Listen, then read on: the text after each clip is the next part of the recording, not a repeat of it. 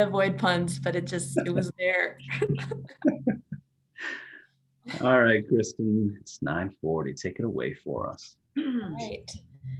Good morning, everyone.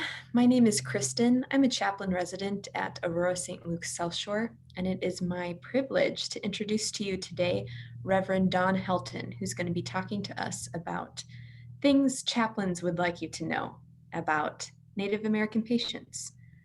I'm going to let Dawn tell you a little bit more about her story and her connection to palliative care.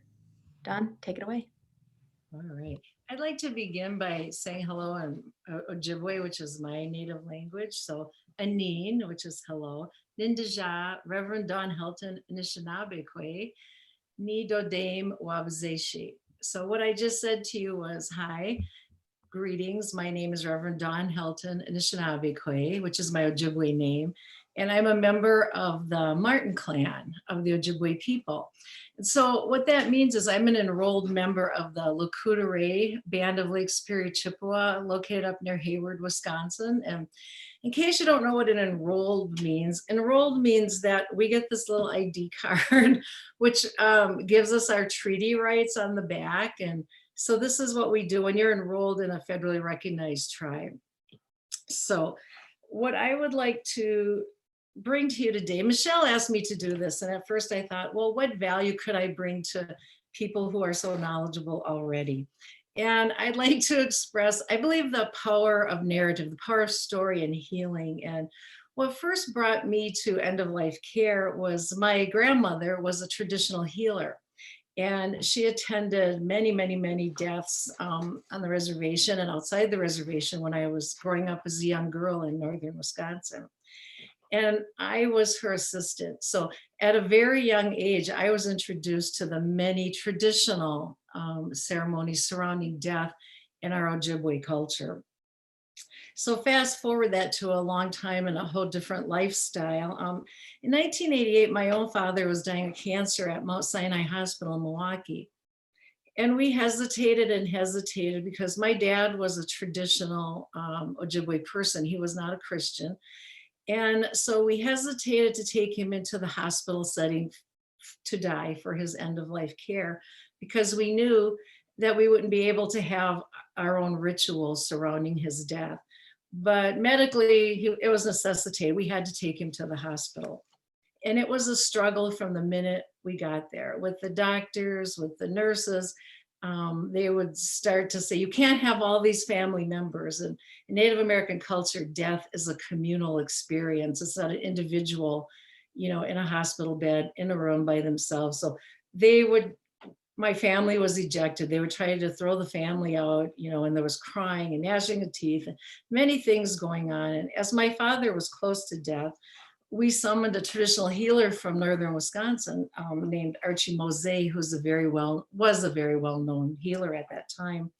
Well, this elderly man traveled all the way from northern Wisconsin to Milwaukee to attend to my father. And he just arrived. It was like late afternoon, early evening. And the charge nurse came in at the time. Now, I remind you, this is 1988. And Native American religions had only been legalized in the 70s. So this was a fairly new thing. And she called security to have him thrown out of the hospital because he brought things of our tradition. I'll show you like sage, and he was burning sage, and he prayed with tobacco. These are little tobacco ties. And I'll explain these things later on. And he brought eagle feathers. And so we had this ritual and this ceremony going on, and she called security and they escorted him off the premises. And everyone was crying and upset. And a doctor who wasn't even assigned to our case poked his head in the door. His name was Dr. Chakraborty, and he was from India. And so we told him what was going on, and he didn't know anything about Native American culture, but I believe he recognized the value of culture in the death and dying process. So he interceded. This doctor ran all the way to the parking lot looking for this elderly healer, found him, brought him back. And so we were able to have some ritual. My father died just a couple of hours later. So every year when we tell the story of my father's death on September 2nd, Dr. Chakraborty is included in that story. We've never seen him again. I don't know, I doubt if he even knows this, but every year he is memorialized with my father's death because of that kindness. So my own personal journey into end of life care started a couple of years later. I started to research hospice care. And I wasn't a nurse, but I started to research hospice care and realizing the power of our own culture, which was being denied to our people. So I formed a small company. It was called In Safe Hands. It was a small private pay hospice company with all Native women. And we sought training from medical personnel. So we went forward into the city of Milwaukee, really not knowing what we were doing, but lasted 14 years of providing hospice care based on culturally sensitive, competent care. And it expanded beyond the Native community. It expanded to non-Natives who found value in that concept of holistic care. Because in our culture, medicine is something that comes internally, as opposed to when we think of medicine as an external thing done to us and for us. So that began my personal journey into hospice care. And what I wanted to share with you, which I know today there's a movement to decolonize, so many things, the end of healthcare, the end of life care, decolonize education. And simply, I think in the context of a hospital, what that would mean is to facilitate space for ritual. I am an ordained elder in the United Methodist Church, and I actually was the first ordained Native American elder in over 180 years of ministry to my people, which tells me that there hasn't been a lot of facilitated space for Native Americans in institutional life. So one thing, when I say facilitating space, it isn't just physical space. And I don't think you have to be a Native American per se to facilitate that space, but just cognizant of there is a need for physical space with Native American ritual, but the space to be who we are, to have our concept of medicine, and to have traditional healers attend, to have our Western doctors attend, and nurses and things like that. So it's really a cooperative communal movement. And that's why I just wanted to tell my story today, because we find the healing power in story and narrative. It isn't just, like, well, I got sick, I got cancer, I'm dying. This is a process. Like I said, where Dr. Chakraborty is included in our narrative now. We find healing in the narrative, in the story, and the continuing from our ancestors and on to the future. So you will see things. I know when I've worked as a pastor, I was appointed to the Bad River Mission Church on the Bad River Reservation near Ashland, Wisconsin.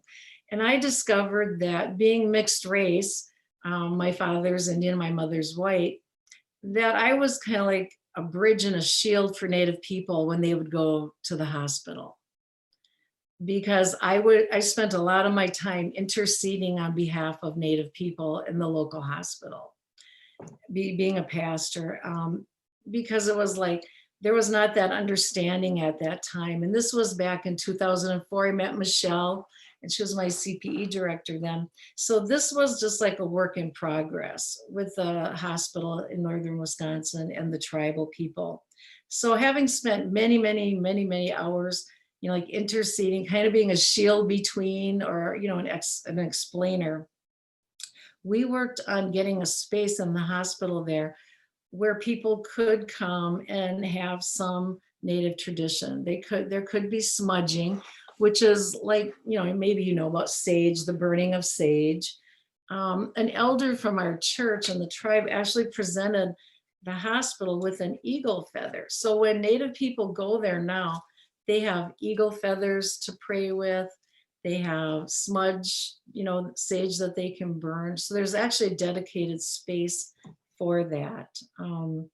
So that's kind of my journey into hospice care and being a pastor, just finding ways to facilitate space for Native people. And I know you're located in Milwaukee. It's a little different when you're on the reservation. You've got the Indian Health Service, you've got access to healers, you're closer to your family. So that part, there's some great studies out there that anyone can look up.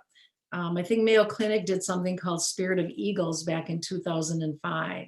There's a lot of different studies you can read. But being on a reservation is one thing.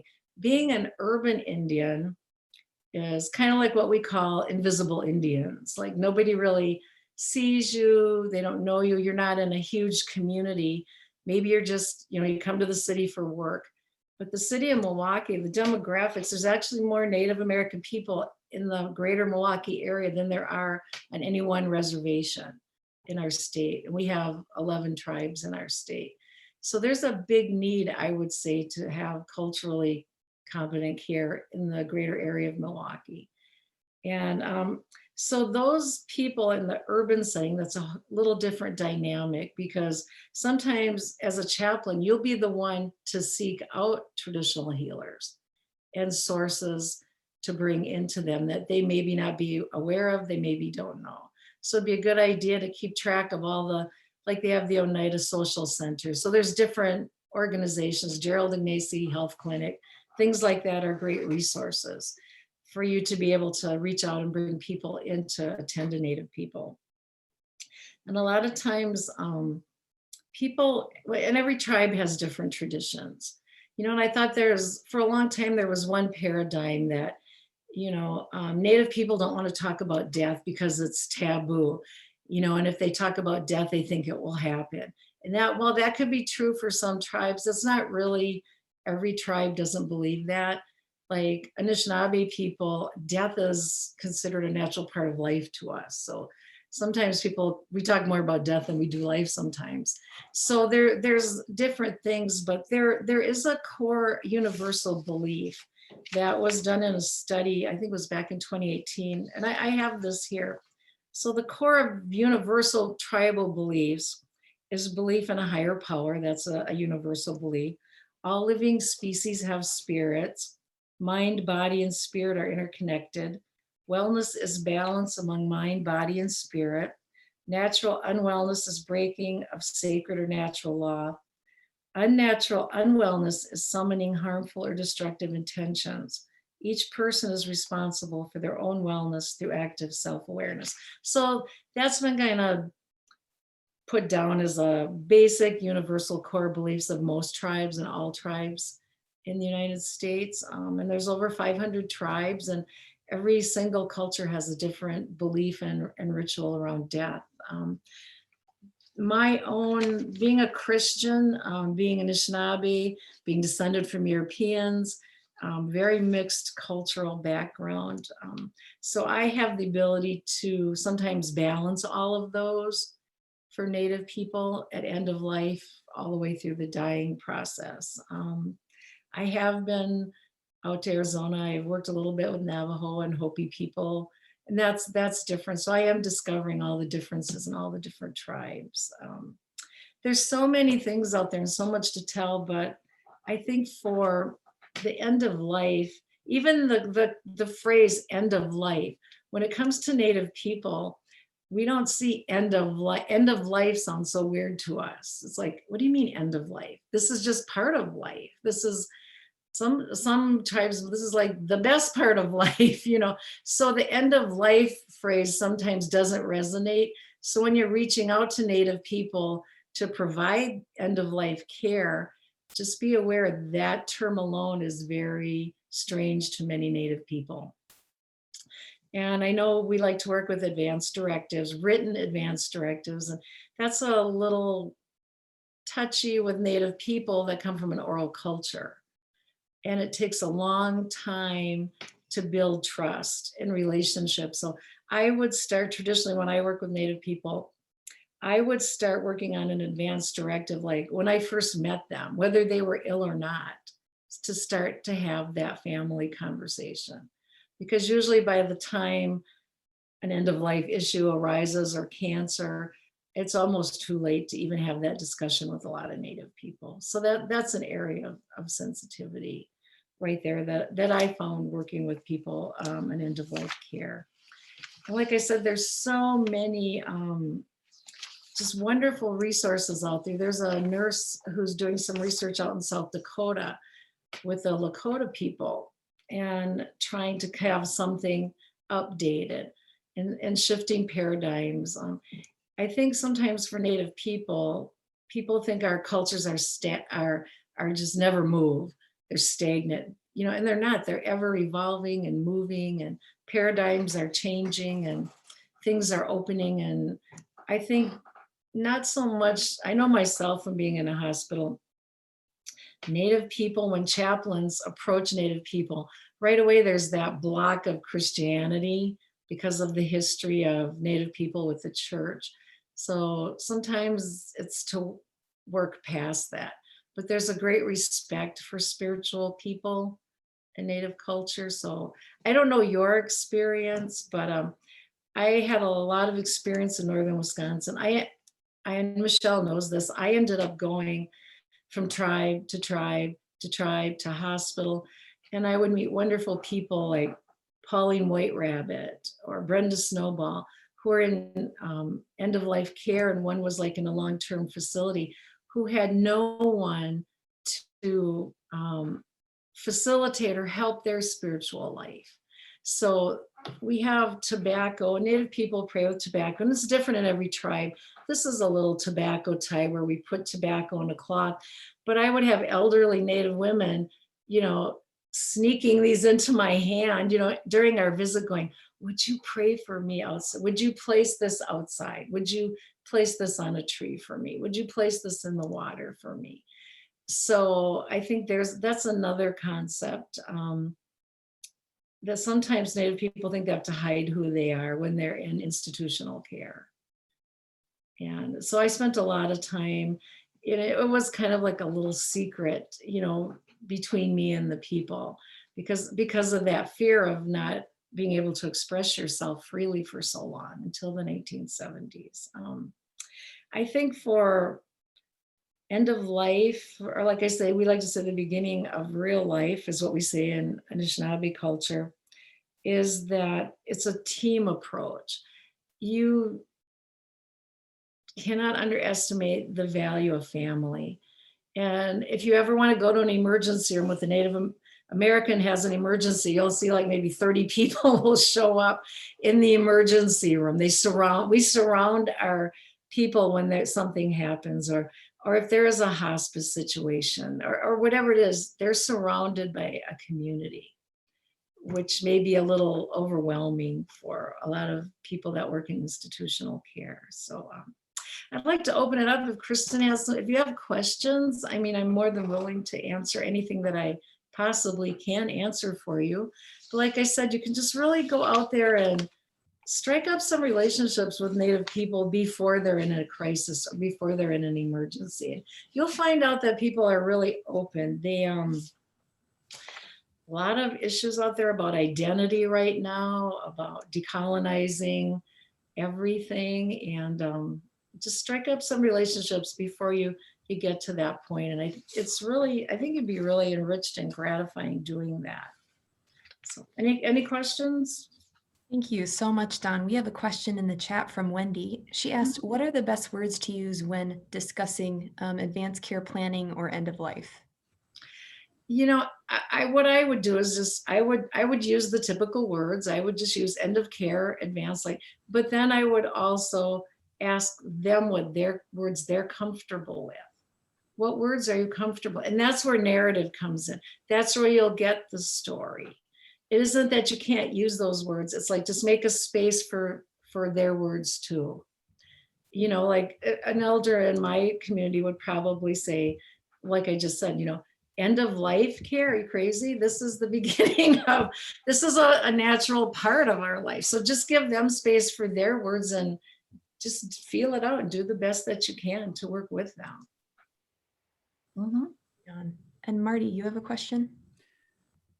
Yeah, I imagine a group that may not be open to completing advance directive, having to reach a family consensus on a decision might be challenging when 30 family members show up. Yeah. scary. Realizing that we're probably not generalizing to all tribes, but is there a hierarchy or a style that many tribes make decisions with? Is there like an elder, or does it tend to be a spouse, or how does that tend to play Well, out?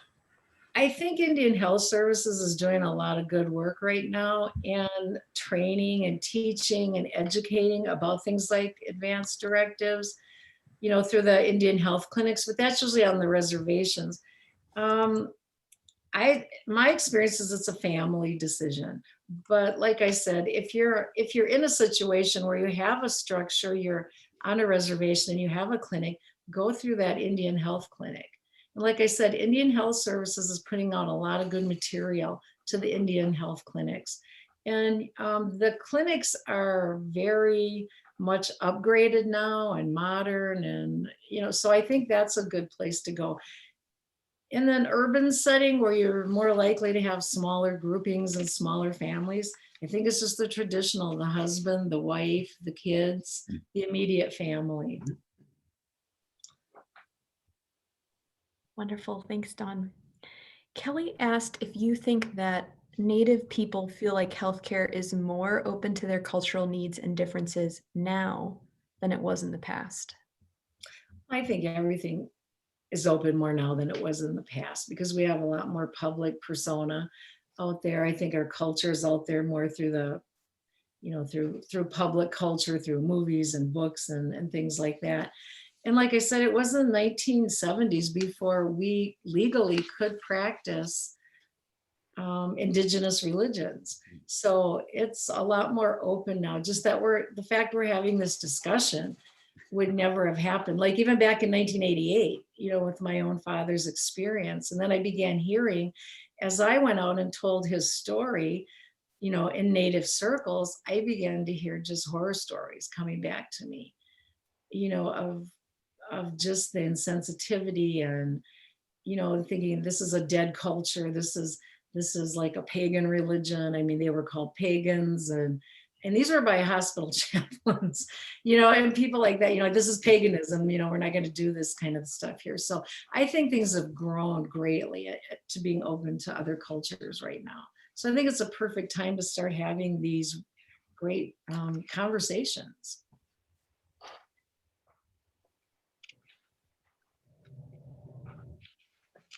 Roberto, did you have a question?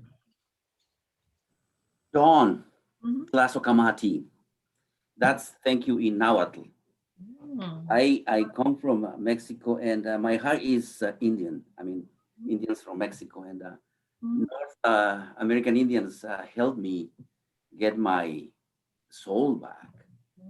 I mean, I am the child of a rape, the rape, cultural rape, that happened, when the Spaniards came, my Indian mother and my Spanish rapist father, I'm talking in a cultural. And so it's been a lot of healing that has happened even in my own person, coming to know the Native Americans here. And you probably know Ben Bushyhead. I do. Yes, well, Ben Bushyhead, I happen to be Catholic and well, that's all I knew in Mexico. And I do remember when we had dancers and we didn't say Indian dancers, we say dancers because they were the matachines. Yeah. And I just remember how, we had these matachines, these dancers come and they came from the villages and they danced, but they came just to the gates of the church. And then now the sacred begins, Yeah. And that always made me very uncomfortable because I say, and because the thing that I belonged to was outside of the church and the sacred that it was even in Latin at that time, because I remember those years. And so thank you for offering this. And I'm actually still healing from an experience that I had here. And actually, Mari knows about this. There was a man here, Tom, and I miss him. I miss him deeply. And I didn't do very well at when he died. I was basically the only friend, and he wanted me to be his payee because he was receiving, and I didn't know what that was. So when he died, and they called me. And so thank God they found somebody who was a friend who had been estranged from him, but he came and they did some smashing and myself, this other person, and a priest friend of this guy Tom, who was in hospice, were the only ones at this funeral. Yeah. And so I just, I wish I have this from him. I have a dog at home that he left for me. Well, the apparently he left that for me and other things, but so every now and then here, there is a request, for a do you want a chaplain? Well, if you have a spiritual healer, if you have a Native American healer, and so we go to Michelle, or sometimes they come to me because I do belong to the Church of the Great Spirit here in Milwaukee. Father Ed Cook, I don't know if you. I know Father Ed well. Oh, yeah, Ed Cook, and so it's been in a way part of my own healing and helping me to find my own and embracing my own culture, my own, especially this Indian in me, this and so this is very good. I mean, this is. Well, thank you. Yeah, I know Father Ed well in Church of the Great Spirit when I was in Milwaukee. And Ben Bushy actually was my first mentor in ministry, who got me pushed me into the ministry, was through Ben Bushyhead. At that little church on 11th and Mitchell. Yeah. Yes, that 11th and Mitchell, the Methodist ministries I do. Yeah, I don't know if Ben remembers me, but I just remember because it was such an experience for me coming from Mexico, and I was still, Well, thank you. This is kind of new. This is kind of new. I think, now in Mexico, finally we say our 73 languages, saying, these are languages, because there's a lot of, we have a lot of, Oaxaca, Chiapas. Oh my God, it's just, and then there's this brotherhood, sisters who are from, that I learned through the Great Spirit, So, okay, I'm thank you. Talking personal stuff, but Thank you. For the platform. One other thing, when you say 20 or 30-minute limit, it's like, boy, that's not Indian time. We love to talk and we love to chat. Yeah. We love stories. So I'll just stop if you have any questions, and I'll honor our time together. Well, and I have a question, and it is about, like here, you say you don't have to be Indian to do some things, but for example, I like smoshes and that, like my son was invited to the drum circle, and we knew that you don't. It's not like a choir. Like I want to belong to the choir. He said, no, wait a moment, you're gonna be invited. So he was invited, and so like he actually has done some smoshes, my son, and he's very much into. He's now in Chicago, but are there, like when we are invited to, like I am invited to do some like end of life or not, but first of all, I know that just being there, being present and listening, that's the best thing I can do. But like when they ask for like medicine, and I know that they mean, like, and so I can, and we can do, is there anything that is sacrilegious, like in some. Well, there's always cultural appropriation that's not, correct. Yes, actually, that's cultural appropriation. That's why I would suggest that chaplains have a relationship with local Native people in the community before this time, because then you kind of are guided and you know what's appropriate and what's not, because some things are welcome and some things are definitely not welcome. We all have different traditions. So that would be my advice, which would be try to have a relationship with someone ahead of time, because like in our culture, like women don't drum, we don't touch the drums. I mean, there's so many different nuances that different people have in their cultures. So just call up some of the centers, visit like great, Father Ed's a great resource over Congregation of the Great Spirit. There's a lot of great resources in the area. So, alrighty. I want to sneak in one more question with you, Dawn. All And right. that's, I noticed both you and Roberto use the term Indian. You don't use the term Native American. What's your preferred term? Is there a preferred term? Well, my preferred term is Anishinaabe because I'm from the Anishinaabe people, but that's an ongoing evolution too. In my father's day, you were called a savage and a redskin and many other things. You know, in my day, we had the American Indian movement when I was young, and we claimed that American Indian. We claimed that, you know, Native American. We call ourselves Indians, but where I come from, we call ourselves Anishinaabe. You know, where people, it's Chippewa, Ojibwe, Ojibwa, but it's Anishinaabe is what we call ourselves. So I think most people use the term Native American. Okay. Thank I you. would like to say one thing before I close. As far as end of life care, when I was a young girl and living in northern Wisconsin, my Indians would die alone on the street many times from maybe alcoholism, drug abuse. They literally would die on the streets in the towns of northern Wisconsin. And my grandmother was one of the people. We literally would go pick them up, put them in her old car, and drive them someplace to a funeral home or to the tribal center. That was those days. So I think we've evolved way past that. And I'd like to just honor the people that do that work now, that do the chaplaincy, that care enough to understand and reach out to Native people. So I'd like to thank all of you for that. Thank you, Dawn. And I was wondering, I know this is putting you on the spot, but would you feel comfortable closing with a prayer or blessing from your tribe? Sure. Okay. When we say goodbye, we don't just say goodbye, we say Waweni, which means it's so full. It's full of love and care, and watch out where you're going, and call us when you get there, and we love you and we want to see you again. And you know, it's like all these things wrapped up in one word. So all right, let's have a closing prayer. Gishimanadu, Great Spirit, we thank you for this time together, and just let us be full of honor and respect and love for one another. Miigwech. Miigwech is thank you. And thank you in Ojibwe also is a very full word. Thank you for sharing life and breath with me. Thank you. All right.